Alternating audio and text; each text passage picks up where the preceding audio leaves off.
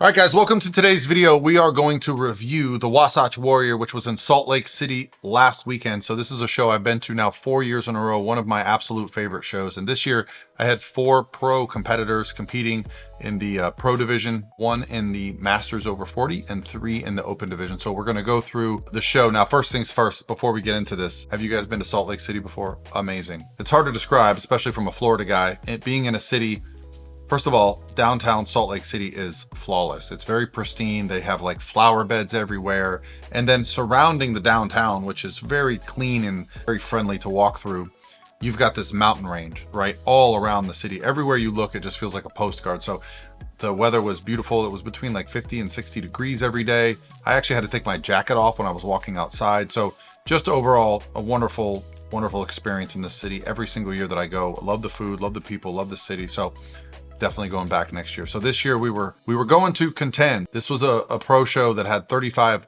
competitors. So we're going to go through this through groups, through some call outs, and I'll talk about some things. Maybe we'll talk about the competitors' feedback. We'll talk about the peak weeks. We'll talk about all the things that I can get in while the stuff is displaying.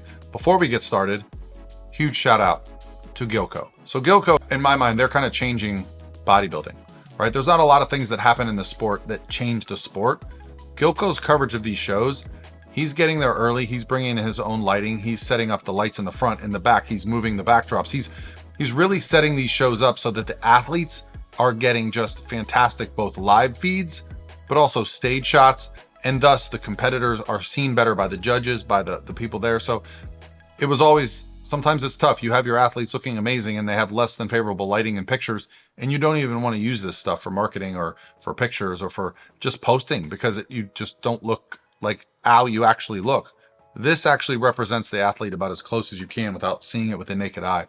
So let's get started. So the first things first, we're going to go into groups. So if you're not familiar with how pro shows work, most pro shows, if not all at this point, groups, 7 to 8 girls, all through, 7 to 8 girls each. They bring the groups out front, back, front a couple times. That's basically when they're deciding first call outs. They're looking at everybody, comparing them, right? Then everybody does their individual routine. For this show, they said to keep it to 45 seconds. Then they bring them out on the diagonals, and then they do what's called first call outs, second call outs, third call outs. First call outs is usually the girls they think are contending for the title. They'll move them around. The closer to the middle you are, typically that's better. They'll also do some follow-up call outs where they reduce the number sometimes. So we'll see how that plays out. But the fun thing for me is all my open competitors, their last names were J and H. So they're all in the first group comparison together. So here we go. So first group comparison here is in the red and the platinum blonde, right of center, you've got Arielle Johnson. So if you're looking at Arielle, really tight, lean, glute lines look good, muscles are full. My feedback for her was, we probably could add a little more size, but conditioning was spot on. Left of center, red suit, that's Shaneeka, dark hair. I was thrilled with her look. And then far left, Brittany Hamilton, teal suit, black. She is a bikini Olympian. So anytime you've been to the Olympia, most of the time, people know who you are. You come to this show and they go, oh, there's 5 Olympians. This was actually the first group for the Masters division. So we're a little bit out of order chronologically because they actually did open first, then Masters. But I figure there's Carrie Gallic in the dead center in the teal suit, my Masters competitor. Very happy. It was our first show together this season, and we're already back on track. We're doing the Emerald Cup this weekend, but very happy with her look overall. So she was in the center of her group, and she actually did get into first callouts. So this is now the individuals. So they've done the groups. So this is Brittany's individual routine. So you're going to display the front, shoulder and glute match, waist is tight. Brittany is also a posing coach. I refer her a lot of my clients because she is very technical. She was actually a judge for a bit, so she knows the sport very well. She is a student of Bikini. She knows the division very well. We took an entire year off. She did Pittsburgh Pro last year in May, hasn't competed since. We are back on stage with probably about 3 pounds more of stage weight and really fitting the criteria. In fact, she was, standing next to and holding her own next to number 6 in the world currently. So this is a little bit of foreshadowing there, so you know what's about to happen, but I'm sure you probably already do. So very happy with her stage package. And you see the posing routine. It was brief and to the point. So now we're getting into callouts. Now, as you can see, they had 35 or 36 girls on the stage. Very hard to get everyone on that stage. I had no doubt that Brittany was going to be in first callouts. She was just spectacular on this day. So they immediately bring out, I think they brought out 8 initially, if I'm not mistaken. So yeah, so from left to right, you've got Malu Duarte, you've got Amy Delgado, Maya Astabi, Brittany Hamilton, Huen Yen Person, and I don't want to say it was a surprise, but Allison Testu got in that. So they only brought out 6. So that doesn't surprise me though, because the stage was so small. So I think you're going to immediately see a few things happen. Now they bring Allison into the mix. So remember, closer to the center is typically better. Then they swap her with Amy. So my kind of thoughts going into the show was it was going to be a Amy versus Brittany battle. That didn't take long at all. So what you're looking for here as a coach is just, is there a weakness? And I thought Brittany's glutes were better. I think that they have more upper mass, but Amy has an amazing structure, amazing muscle fullness and density. So anytime you as a coach, you have coach's goggles. You see your athlete every single day. Especially me and Brittany communicate quite a bit. So, there's always going to be some, favoritism for your own athlete. And I will say this, Amy looked fantastic. The minute she came out, I said, okay, she's on today.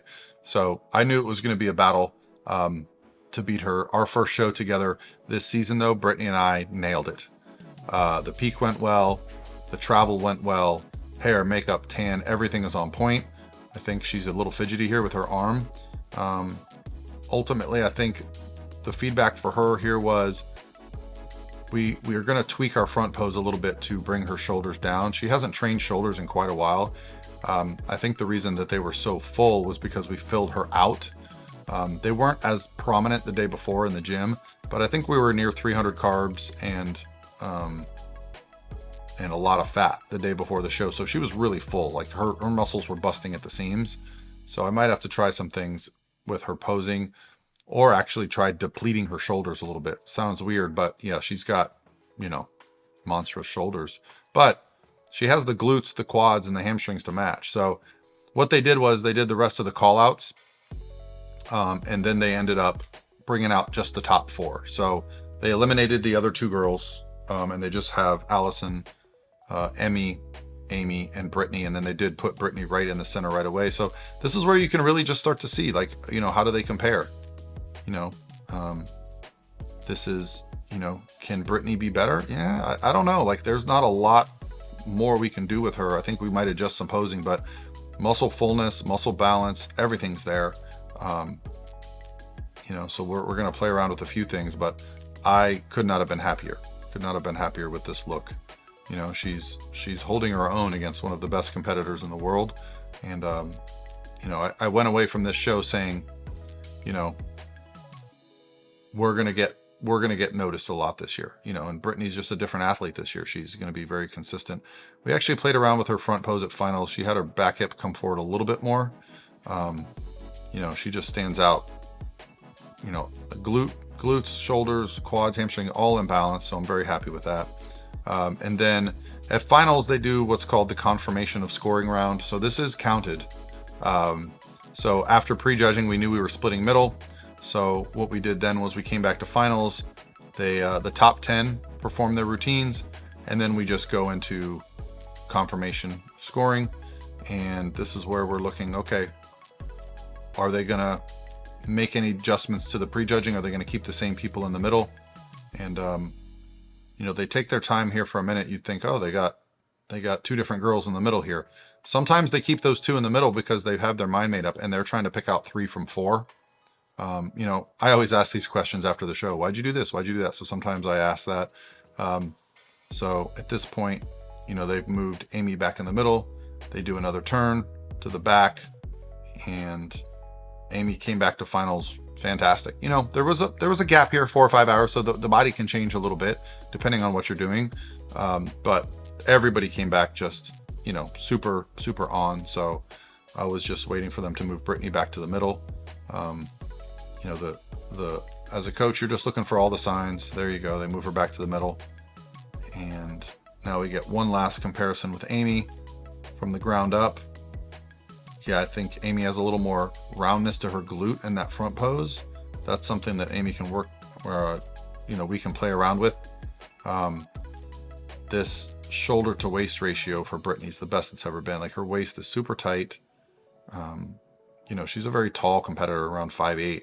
So for her to fill out this frame and be able to stand next to, an Amy who's about 5'2", she's really put on the muscle, and that's why we took the whole year off. She's filled out those legs so that you don't actually, if you look at the older pictures of her, her legs were a little thin. So that was it, the final call out. Then you're just waiting for the placings. I was also very, very happy with Arielle and Shaneeka. Shaneeka ended up getting moved into her call out and beating some really good competitors.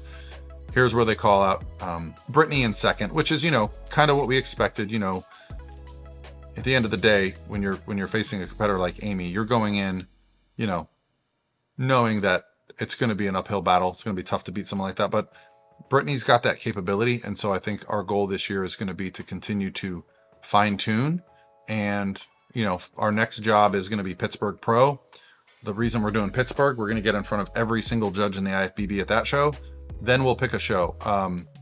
Amy's also going to be at that show. So, we could potentially get qualified there, but if we don't, we'll pick another show to get qualified at.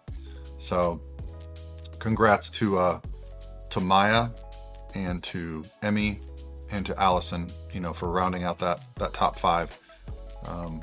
Really good show. The depth was very good at this show. I was very happy with how every one of my girls looked. In fact, I was over the moon. Every single girl was exactly how I envisioned it. And when you do that, then the job is to get feedback from the judges and decide how to make the adjustments going forward. So definitely love this show. There's really just zero aspects of this show that I don't like. So yeah, we actually had a nice night out. Went and trained in the morning before I flew back to Tampa. So hope you guys enjoyed, and let me know if you enjoy this type of content around these competitions. Any of your thoughts, questions. Right back at it this weekend. Brittany's not competing, but I will have Shaneeka at Girl Power along with some amateurs, the NPC division. And then it's a week off, and then we've got Pittsburgh. And we've got some big names coming into Pittsburgh, so that's going to be a fun show. I'll definitely get some stuff for you there. All right, guys. Talk to you tomorrow.